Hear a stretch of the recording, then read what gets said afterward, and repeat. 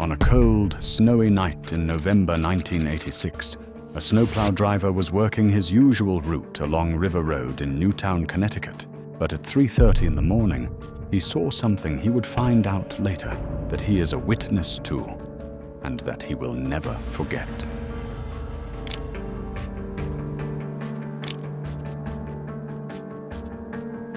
Parked on the roadside, pointed toward the bank of the Housatonic River, was a large commercial wood chipper. A man in an orange poncho stood beside it, waving him on. It was a bizarre, unsettling sight, but the driver had a job to do. He cleared the road and drove on. He had no idea he had just become the only witness to the aftermath of one of the most gruesome and infamous crimes in Connecticut history. Days earlier, on November 18th, 39-year-old Helle Crafts had just returned from a long flight assignment. Helle was a caring mother of 3 and a flight attendant for Pan Am. She was dropped off at her home by her best friend. It was the last time anyone saw her alive. A few days later, Helle missed her next scheduled flight. She hadn't called in sick, which was not like her. Worried friends began calling the Crafts home. Her husband, an airline pilot and part-time police officer, had an answer. He said Helle had gone to Denmark to visit her sick mother. But when friends checked, that story didn't add up. Later, he told a different story. He said Helle was on vacation with a friend. All of his stories turned out to be untrue. Panic began to spread among Helle's friends. Helle's friends knew her marriage of 12 years was deeply unhappy. Her husband was described as cold, with a cold stare. Friends said he was sometimes violent. Their relationship was so strained that Helle had recently hired a private investigator, Keith Mayo, after finding long-distance phone numbers she didn't recognize on the phone bill. Just days before she vanished, Keith Mayo met Helle in his car to deliver the evidence she had dreaded. He had photos of her husband with his girlfriend, holding hands, kissing, rubbing his back. Helle just sat in the car and sobbed for 10 minutes. After she finally asked her husband for a divorce, Helle confided in her flight crew and her lawyer, Diane. She told them all the same chilling warning. If anything ever happens to me, don't assume it was an accident.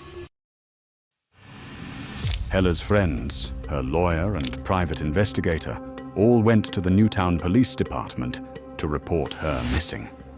Armed with her dark warning and pleading with them to investigate because she wouldn't just leave her 3 small children. But the police ignored their concerns. So, the private investigator, Keith Mayo, launched his own investigation. He spoke to the family's nanny, who told him about some mysterious dark stains she had noticed on the carpet right after Helle disappeared. The nanny also noted that the carpet in the master bedroom had been newly installed, but then suddenly ripped up. The husband wouldn't give her an explanation why. Even more suspicious, a large, deep freezer was suddenly missing from the garage. The most damning clue of all, credit card receipts. They showed Helle's husband had rented a commercial wood chipper just after she disappeared.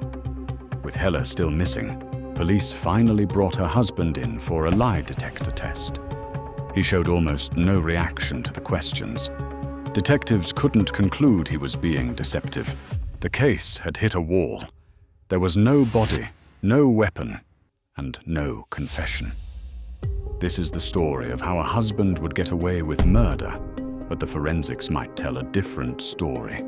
Desperate, the Connecticut State Police called in their secret weapon. Dr. Henry Lee, the director of the State Police Forensics Laboratory, and one of the world's most respected forensic experts. Dr. Lee and his team searched the Crafts' home. They found tiny clues. On the mattress, they found 5 tiny stains, so small they could barely be seen. A species test proved it was human blood. But was it Helle's? Dr. Lee studied the spatter and determined it wasn't menstrual blood. It came from a blunt object, swung at a 10-degree angle by someone kneeling or leaning over the bed. He also found a 6-inch blood smear on the side of the mattress, as if something had grazed it.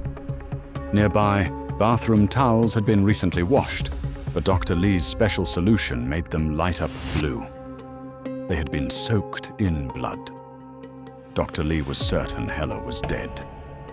He said, "But a body cannot just vanish. It has to be someplace."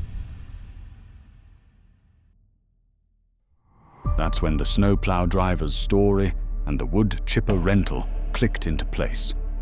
Detectives took the driver back to the exact location where he saw the wood chipper on River Road, where the Housatonic River runs into Lake Zoar. They searched the frozen riverbank on their hands and knees. At first, all they found were mounds of wood chips. But then, they looked closer. They found a piece of an envelope. It was mail, addressed to Miss Hella L. Crafts. Then they began finding clumps of chopped blonde hair. For days, detectives sifted through the dirt and debris. They discovered a few blue fibers, a small gray piece of metal. When the snow melted, they saw what looked like a single red-painted fingernail laying on the damp leaves, and tiny, tiny pieces of bone. Divers searched the bottom of the icy river. They found pieces of a chainsaw. The serial number had been scratched off. It was a scientific challenge. Without a body, or without a piece of paper from the coroner declaring the person deceased, Dr. Lee needed a huge mountain of convincing evidence.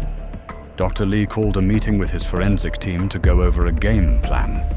His team began by examining every notch of the chainsaw. They found human hair, tissue, and a small piece of fiber. The fiber was barely visible with the naked eye on the edge of the chain. The fiber was a bluish-green cotton, the same color as Hella's favorite cotton nightshirt. It also matched other blue fibers found at the edge of the river. Since the serial number had been scratched away, it was impossible to tell who owned the chainsaw from the bottom of the river. Or was it? The scientists made a chemical solution that ate away at the scratched metal, revealing the original numbers underneath: 5, 9, 216, 16. It was a perfect match to the warranty card sent in by Richard B. Crafts. The killer finally had a name. Next, the forensic experts wanted to find out whose hair was on the chainsaw and the hair found at the river. Every single one of the 2,660 hairs were examined under a microscope. They used her hairbrush to compare, and they were also a microscopic match. Next, the red fingernail was analyzed. It was a perfect chemical match to the polish found in Hella's bathroom. However, this didn't prove she was dead. Dr. Lee suspected the bone fragments had gone through the wood chipper Richard had rented. He got the same machine and ran a gruesome test with a pig, since they have the similar skin and bones to humans. The chipper produced a unique or signature cut, identical to the evidence found at the river. Looking at the fragments, scientists found grooves from blood vessels that only humans have inside the skull. They now knew someone was deceased. They froze a piece of bone, ground it to a powder, and tested the blood type. It was O positive, the same as Hella Craft's blood type. Finally, a gray piece of metal found at the scene was identified as a crown from a tooth. There was no DNA left on that crown, so they dug deeper. They went back to the river where they had already searched for 5 days. Then a break came. An expert, searching the riverbank again, slipped and fell, and landed on what looked like a human tooth. Now at the lab, it was compared to Hella's dental x-rays. It was a match. It was determined that the teeth were knocked out of her head violently. Based on the overwhelming forensic evidence, Richard Crafts was arrested and charged with the murder of his wife. Investigators believe that on the night of November 18th, her friend dropped her off from their flight from Germany around 7 p.m. She put the children to bed around 8 o'clock. The nanny had the night off and wasn't expected home until midnight. Before going to bed, Hella changed into her favorite nightshirt, then started looking through her mail. Stuffed the mail into her pocket and began changing the sheets. Hella and Richard argued, and it happened quickly. Richard, using a heavy police flashlight, struck her in the head. The first blow knocked her down. The second caused the blood spatter, hitting the mattress at a 10-degree angle. While falling, her head grazed the side of the mattress, leaving the blood smear. He wrapped Hella's body in their bed covers, carried her to the garage, and stuffed her in the large, deep freezer. At daybreak, he rushed the kids and the nanny to his sister's house, saying their mother had already left. Richard tried to clean up the blood with the towels that were later washed. Traces of blood remained on the towels discovered by Dr. Lee. He then rented the largest commercial wood chipper that he could find and a U-Haul truck using his credit card. By nightfall, Hella's body was completely frozen. Richard transported her body, the chainsaw, and some wood pieces to the river. He dismembered her body, and since frozen, that was the reason for little to no blood spatter. He fed her body and the wood pieces through the chipper. Most of every piece blew into the river. Only a few pieces fell short, landing on the riverbank. The mail in her pocket passed through almost untouched. He took apart the chainsaw, scratched off the serial number, and threw the pieces into the river. How close was the murder of Hella Crafts to the perfect crime? Forensic science had other plans.